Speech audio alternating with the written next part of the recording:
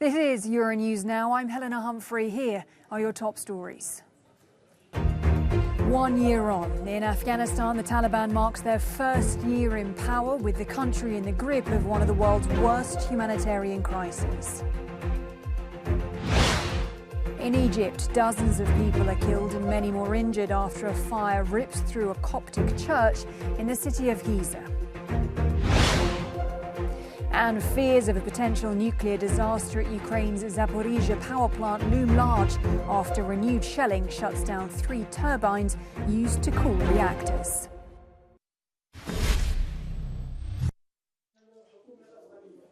The first images of Taliban fighters inside the presidential palace in Kabul. Monday is exactly 1 year since the hardline Islamist movement took control of Afghanistan, nearly 20 years after it was ousted by US forces following the 9/11 attacks. The collapse of rule by the US-backed government has brought many changes for Afghans, particularly women. We are now 1 year down the line from the Taliban takeover, and we're witnessing incredibly high levels of poverty in the country. We're seeing people with their salaries reduced, with their income reduced, taking on greater debt, using coping strategies which include early marriage for girls, child labor. These images from Saturday, a rare women's protest in Kabul. Around 40 women chanted bread, work and freedom as they marched through the streets before fleeing as armed men fired gunshots in the air.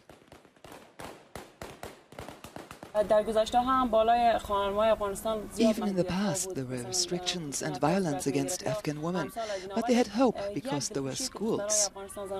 Women and girls could serve the country through their knowledge. But now they have even lost their only hope, which was education.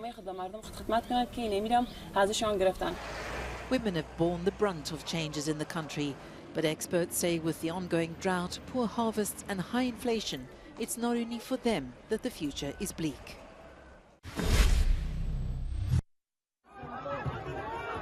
Relatives of the victims of one of Egypt's worst fire tragedies in recent years are mourning the dead.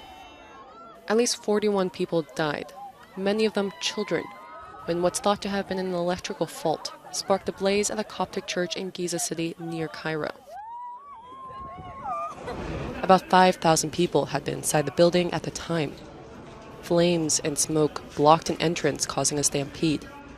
Some people reportedly jumped from higher floors of the building in an attempt to escape. The church included a nursery for children.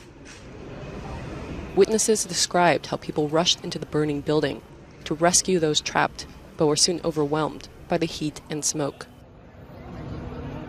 16 people were injured, including 4 policemen involved in the rescue effort. Meanwhile, the country's chief prosecutor has ordered an investigation into the fire. The team of prosecutors were dispatched to the church. Most of the victims are said to have died from smoke inhalation.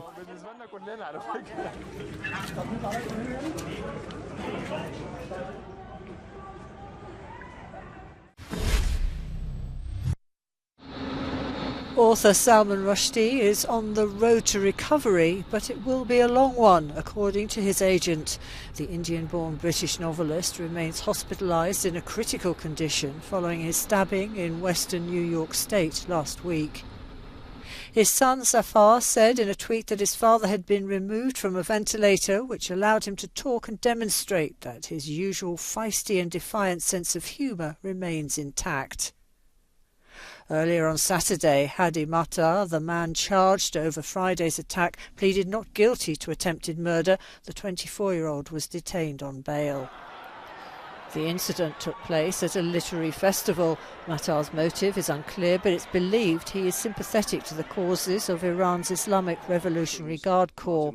Rushdie has faced years of death threats for his novel, The Satanic Verses, which some Muslims see as blasphemous. He was forced into hiding when former Iranian leader Ayatollah Khomeini issued a fatwa or decree calling for Rushdie's assassination. The fatwa is still active.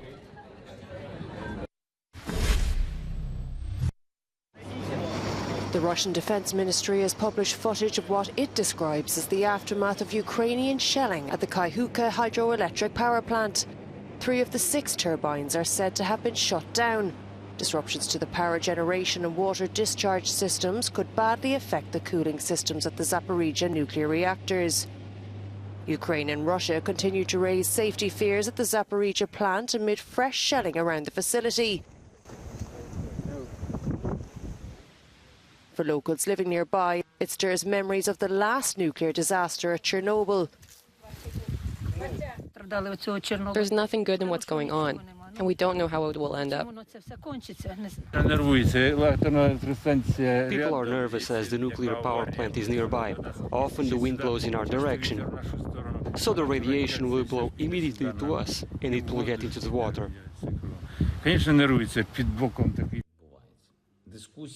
In his latest nightly address, Ukrainian President Volodymyr Zelensky has accused Russians who don't speak out against the war in Ukraine as being complicit. And no matter who you are, both on the territory of Russia and abroad, your voice should sound in support of Ukraine and against this war. Meanwhile, the First World Food Programme wheat shipment for Ethiopia has left the Black Sea port of Odessa.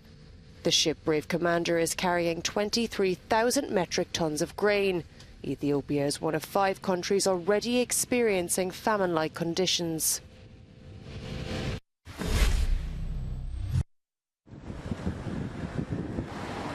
Ukraine's Ministry of Infrastructure says more ships are leaving its Black Sea ports, loaded with vital grain supplies. A Barbados-flagged cargo ship and a Marshall Island flag bulk carrier are the latest to leave the war-torn country. In these 2 ships alone, 14,500 tons of agricultural products have been exported, according to Kyiv. The ships will pass through Turkey, where a joint operations centre has been established by the UN, alongside representatives from Ukraine, Russia and Turkey, to check all shipments. After a series of negotiations, Russia lifted its blockade of Ukraine's ports in July to allow only food shipments. It brings the total number of ships to depart the country under this UN-brokered deal to 16.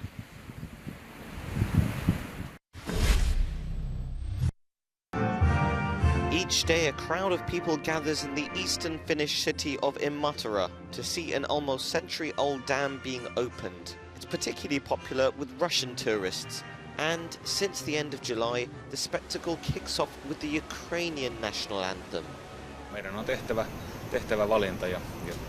We have to make a choice. There's a lively debate here throughout Finland about whether we should stop giving visas to Russians.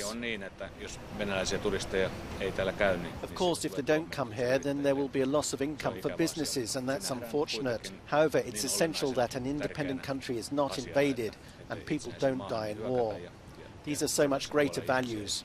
We are strongly behind Ukraine in this.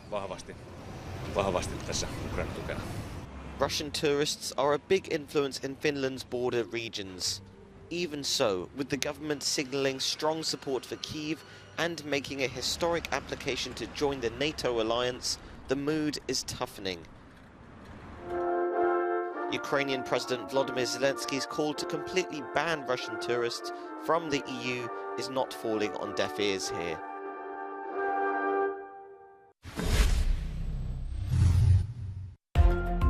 Kenyans are praying for peace as tension rise while the counting continues following last week's presidential election. With only half of ballots counted, the delayed result is causing tempers to fray between opposing supporters. The race is a tight one, with only 2 percentage points separating frontrunners Deputy President William Ruto and Prime Minister Raila Odinga. At least 6 people are dead and dozens more injured after an explosion tore through a popular market in Armenia's capital, Yerevan. According to local media, the explosion originated in a fireworks storage area. Some 350 emergency responders worked to extinguish the fire caused by the explosion, and rescue workers are still looking for survivors trapped under the rubble. At least 16 people are still missing, according to authorities. Stay with us. Plenty more to come after a short break.